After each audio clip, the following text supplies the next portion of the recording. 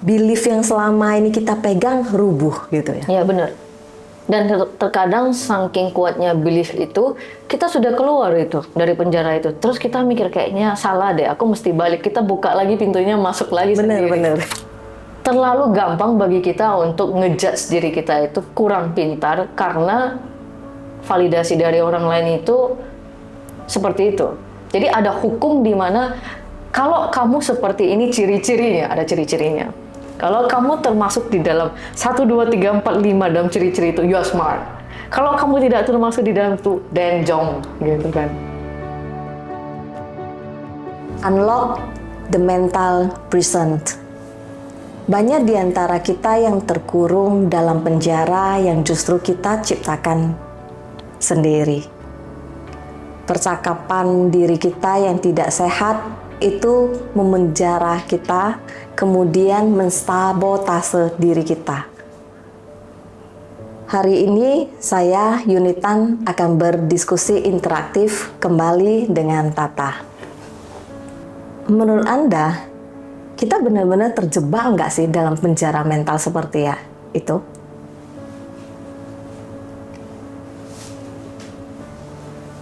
Penjara mental itu terbentuk ketika kita punya persepsi yang salah terhadap diri sendiri. Nah, jadi misalnya saya kasih satu contoh gampang. Saya dari kecil itu percaya bahwasanya saya tidak bisa menggambar. Saya sudah tidak begitu ingat precisely kapan, tapi itu ada di benak saya, itu terulang terus selama 20 tahun. Jadi ketika saya disuruh menggambar, saya akan menolak karena saya tahu saya tidak bisa menggambar. Sampai suatu hari saya ditantangkan gitu, coba kamu gambar ini kita, janganlah nggak bisa gitu. Nah, saya penasaran juga gitu, kenapa ya orang lain bisa saya nggak bisa gitu. Jadi saya coba ambil pulpen, terus saya gambar gitu, ternyata bisa. Saya melihat gambar yang di depan saya terus saya tirukan, itu bisa gitu. Nah, itu kayak membuat saya langsung pada detik itu juga menyadari bahwasanya saya terpenjara 20 tahun ya, mempercayai bahwasanya saya tidak bisa menggambar.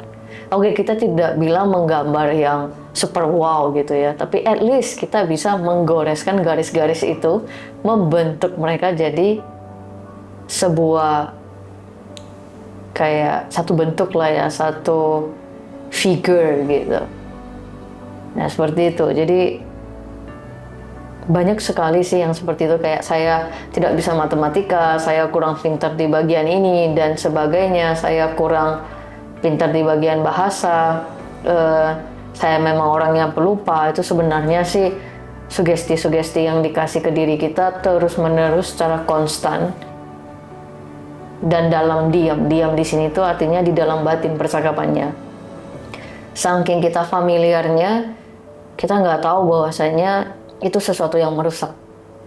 Itu sesuatu yang memenjarai kita di dalam penjara yang tidak terkunci itu sebenarnya. Kapan aja kita dorong pintunya itu kita bisa keluar kapan aja. Kayak di detik saya mulai menggoreskan pen itu di atas kertas itu dan membentuk garis-garis itu jadi sebuah bentuk beruang misalnya. Nah, di situ saya baru tahu bahwasanya saya sangat yakin bahwasanya saya tidak bisa menggambar sampai bentuk beruang itu keluar dan memberitahu bahwa ke saya bahwasannya semua orang bisa menggambar. Hanya saja versinya berbeda. Itu versi saya. Nah, kalau kita lihat ke banyak senimannya, tidak ada, kalaupun saling copy juga tidak ada yang bisa benar-benar serupa gitu. Karena punya versi masing-masing, kan punya perspektif masing-masing gitu. Jadi ini salah satu contoh kecil yang sangat ngena sih. Tadi yang menarik ketika dikatakan bahwa penjara itu sebenarnya tidak terkunci. Benar. Kita bisa buka Iya. dan mendorongnya, Iya. you free, Iya. gitu loh. Tapi yang terjadi, kita ngelihat limitation seperti itu yang terus terjadi. Iya. Kenapa ini bisa ya? Gitu. Karena ciptaan itu kan terasa kayak kuat ya. Kuat bahwasannya limit saya segini atau saya memang tidak mampu gitu. Sama halnya ketika menyanyi ya. Oke. Ketika disuruh menyanyi, saya pasti akan menciut karena saya ngerasa saya tidak bisa menyanyi gitu. Nadanya nanti akan fals gitu. Padahal saya pernah mengikuti perlombaan karaoke dan kalau orang yang tidak bisa menyanyi, kenapa segitu pedenya ya mengikuti perlombaan tersebut gitu. Tapi ada di dalam bisikan kata-kata di dalam hati kita yang terus ngata, you are not good at singing gitu loh. Terus kemudian kita percaya suara itu. Nah itu saya pikir itulah bentuk mental dari penjara. Penjara mental kan, bahkan penyanyi terkenal, saya nggak sebut namanya siapa, penyanyi terkenal itu dalam wawancaranya dia bilang seperti ini. Dia mengalami salah satu pemicu depresinya itu adalah karena dia merasa dia terlalu muda untuk bisa terkenal itu dan terlalu muda untuk bisa bernyanyi di depan sebanyak itu orangnya, di mana orang-orang itu adalah seniornya yang lebih pintar mungkin dalam vokal, dalam teori vokal atau apapun itulah yang dia anggap lebih superior dari dia. Ketika dia berada di panggung itu dan bernyanyi, dia merasakan tekanan yang luar biasa yang menjadi pemicu depresi dia gitu. Padahal dia penyanyi yang sangat terkenal dengan suara yang luar biasa, tapi itu pun bisa terjadi pada dirinya. Jadi sebenarnya penjara mental itu bisa ada di diri siapa aja, anak kecil kah, orang dewasa kah, siapa aja gitu, nggak pandang bulu sih. Jadi penjara mental itu beneran pintunya itu bahkan tidak ada engkelnya gitu, kayak tidak ada engsel gitu ya, tinggal dorong aja gitu. Kayak tadi di saat saya pegang pen dan mulai menggores, sebenarnya saya sudah melangkahkan kaki keluar dari situ. Sampai itu selesai terbentuk dan saya merasa wow dengan itu, saya sudah di luar dari penjara itu sendiri. Nah, pada saat saya di luar penjara itu, saya sendiri terkejut. Ternyata saya bisa menggambar ya. Jadi selama ini kenapa saya bisa percaya bahwasanya saya tidak bisa? Of course, kita nggak bandingkan bear yang saya gambar dengan bear yang orang terkenal gambar kan. Kalau kita bandingin dengan ya pelukis terkenal yang pasti tidak bisa gitu. Tapi dari yang saya tidak berani menggoreskan pen itu sampai saya berani menggoreskan dan terbentuk satu bear gitu di situ, itu butuh courage. Ya, Itu butuh keberanian untuk bisa menggoreskan itu, menggambar itu gitu. karena Dan tidak kita menghujat. percaya judgementnya orang kan, you are not good enough, like that. Gitu loh. Dan itu membuat kita kayak saya nggak bisa keluar dari penjara ini. Iya. Kita terus terjebak menjadi tawanan itu sendiri. Gitu. Benar. Jadi kita dengar dari orang-orang di sekitar kita, mungkin orang-orang yang ngajarin kita atau orang-orang yang kita percayai pada saat itu adalah orang-orang yang superior atau pintar, lebih pintar dari kita. Jadi apapun yang mereka bilang, kita telan bulat-bulat, kita tidak pikir itu benar atau tidak. Jadi di saat mungkin waktu itu saya tidak tahu siapa yang bilang. Jadi saya punya pemikiran dan saya sangat percaya bahwa saya tidak bisa menggambar. Sampai saya menggambarkan itu dalam kertas dan itu gambar yang paling bagus yang pernah saya gambar gitu. Dan saya ngerasa sangat happy kan karena gambarnya mirip dengan gambar yang ada di depan saya. Saya kan pakai itu kan gambarnya. Jadi di situ yang buat saya wow itu bukan gambarnya, buat saya wow itu ternyata selama 20 tahun saya dipenjara oleh keyakinan saya sendiri. Saya sangat percaya bahwa saya tidak bisa menggambar. Saya terus penjarain diri saya sampai detik itu. 20 tahun. Itu hanya untuk satu hal. Bagaimana dengan hal yang lainnya? Ya. Berarti ketika kita keluar dari penjara mental itu sendiri, kayak belief yang selama ini kita pegang rubuh gitu ya. Ya benar. Dan terkadang saking kuatnya belief itu, kita sudah keluar itu dari penjara itu. Terus kita mikir kayaknya salah deh, aku mesti balik. Kita buka lagi pintunya, masuk lagi Bener, sendiri. bener. Terus menjarain diri sendiri. Kira-kira seperti itu. Ya, kita sering seperti itu, dan yang paling saya pikir paling kejam ya, penjara yang paling kejam adalah suara-suara percakapan kan, Iya. yang kemudian percakapan yang tidak sehat ya tentunya ya, yang membuat kita menjadi tawanan itu sendiri, penjara yang segitu lama, dan kadang kita tidak menyadari sebenarnya kita berada di dalam penjara yang kita ciptakan sendiri tersebut, gitu. Lantas sebenarnya bagaimana cara kita keluar dari penjara ini? Ya pertama-tama kita harus menyadari itu dulu kan, bahwasanya kita kayak tadi itu proses menggambar tadi kan. Ketika dimana orang sodorin ini kan, nah lu coba gambar ini. Ya terus saya bilang, enggak lah, saya nggak bisa menggambar. Terus tiba-tiba ada suara di dalam diri saya bertanya, yakin, benarkah? Nah pertanyaan itulah yang kayak merobohkan kepercayaan itu, tapi tidak cukup kuat untuk bisa menghancurkan kan, dia hanya tergoyah gitu. Terus saya mulai berpikir, ya ngetes lah ya at least gambar kayak gimana, ya ngetes lah. Saya mulai ngambil pulpen, mulai garis itu, lihat oh garisnya begini, jadi saya beginiin juga gitu ya.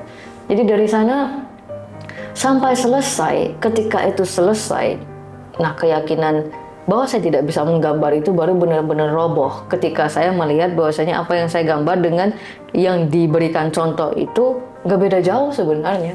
It's quite cute. Saya masih bisa mengaguminya, oh ya, ini bagus ya gitu. Dan jadi kayak segala sesuatunya itu seperti itu, kayak terkadang saya tinggal di luar lama. Jadi ketika balik ke Indo gitu kan, tiba-tiba dengan lalu lintas Indo itu saya agak terkejut gitu, wah ini tiba-tiba dari sini bisa muncul ya gitu.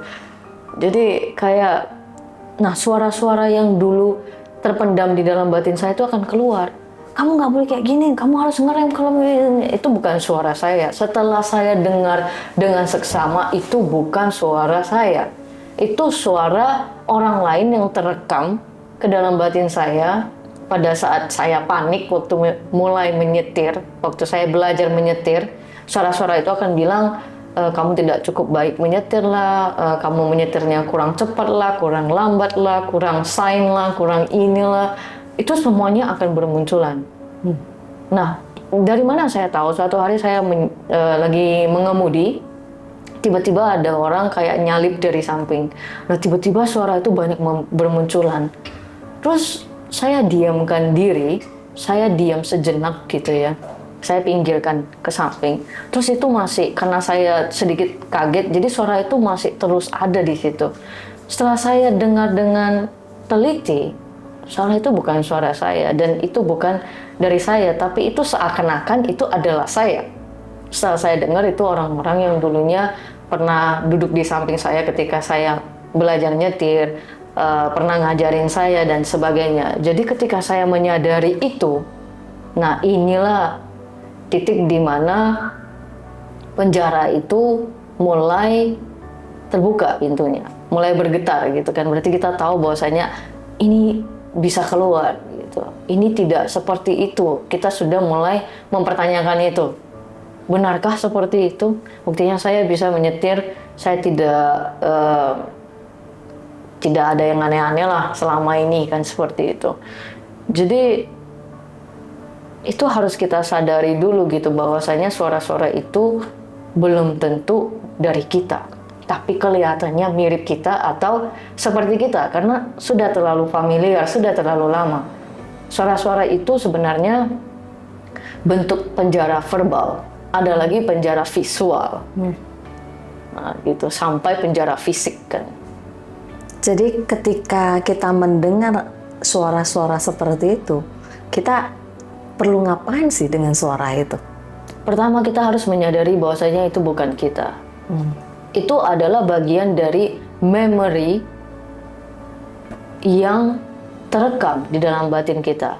Memori verbal, memori audio lah ya, gitu. Kalau memori visual lain lagi kan, ini memori audio gitu. Yang terekam, yang kita tahu bahwasannya kenyataannya tidak seperti itu.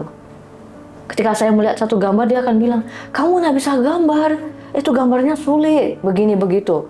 Nah, itu sebenarnya ketika saya dengar lagi suaranya bukan suara saya. Gitu. Sama dengan suara yang ada di setiran itu. Tapi terkadang ada juga suara saya sendiri. Misalnya dia bilang, kamu dari dulu memang kurang pintar ya matematika gitu. Nah, aku tahu itu suara aku gitu. Tapi kadang ngeyel kan. Nah, kalau kita ngeyel itu kita pakai di sini. Oh ya, kamu bilang aku nggak pintar gitu ya. Oke, aku buktiin gitu. Oke, soal matematika apa gitu ya. Kita pelajari. Sebenarnya begini. Terkadang di satu kelas itu banyak murid tapi yang ngajar cuma satu. Nah, Dan cara ngajar itu terkadang belum tentu bisa diserap oleh kebanyakan orang kan gitu. Jadi rata-rata yang tidak bisa menyerap ini akan dianggap tidak pintar kan, seperti itu. Jadi ya kita mulai percaya karena mereka superior, mereka gurunya. Ketika mereka bilang lu itu nggak pintar, berdasarkan nilai yang mereka kasih mungkin 30, 40, 50, kita sudah merasa bahwasanya kita benar tidak pintar.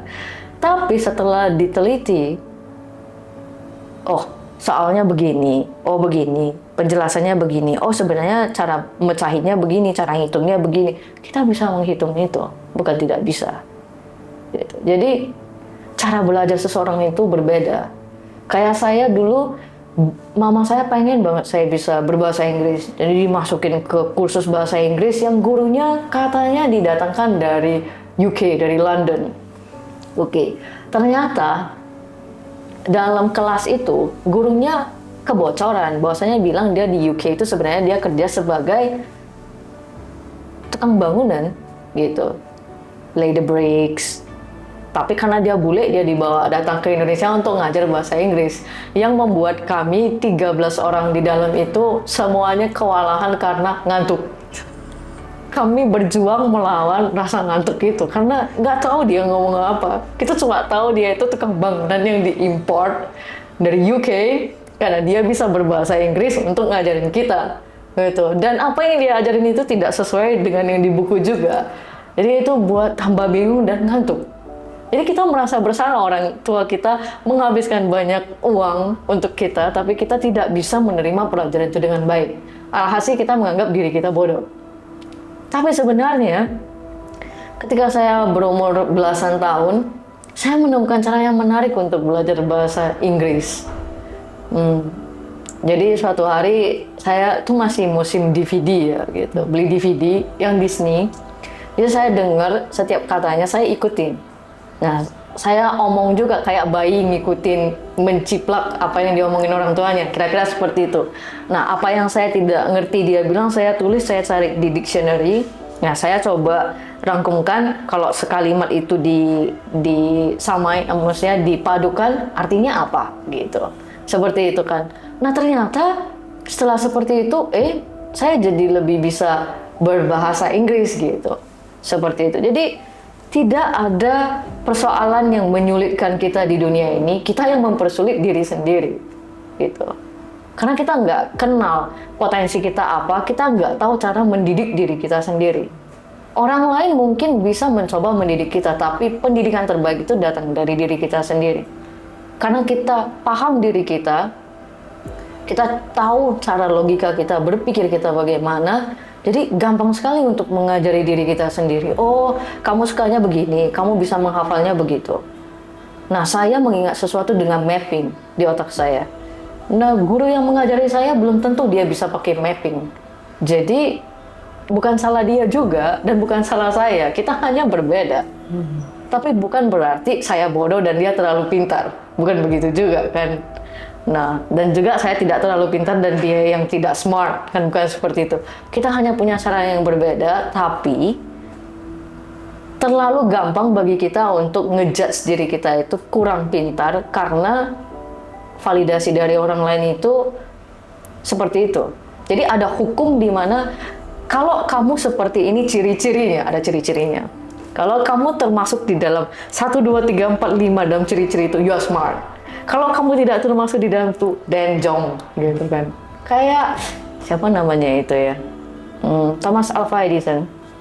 Dia itu selalu dianggap bahwasanya ya mirip, pokoknya tidak smart. Tapi terakhir dia brilian kan. Hanya saja orang tidak tahu cara mendidik dia, tapi dia tahu kan gitu. At least mamanya tahu, bantu dia. Ya bagi orang tua yang sibuk ya cari tahulah dengan diri sendiri kan gitu. Nah, saya juga seperti itu. Nah, itu di umur belasan tahun di mana saya kesulitan untuk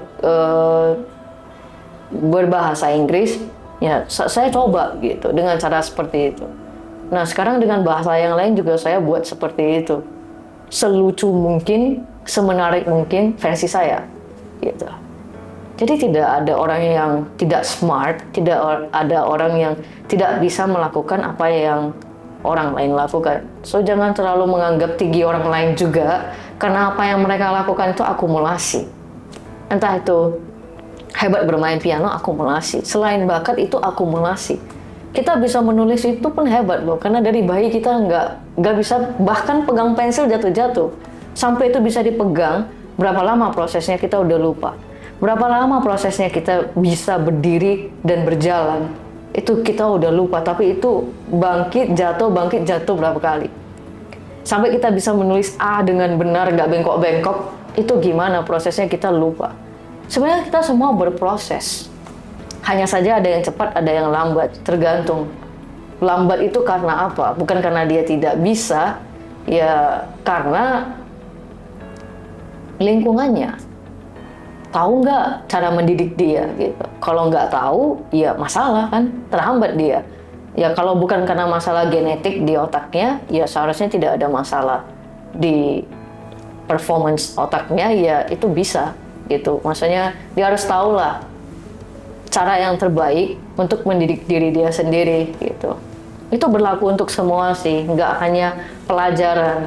Kayak berkomunikasi dengan orang lain, bersosialisasi dengan orang lain juga seperti itu. Jadi saya nggak bisa bersosialisasi dengan orang lain dengan caranya Anda gitu. Karena gimana caranya? Cara berpikirnya sudah lain kan gitu.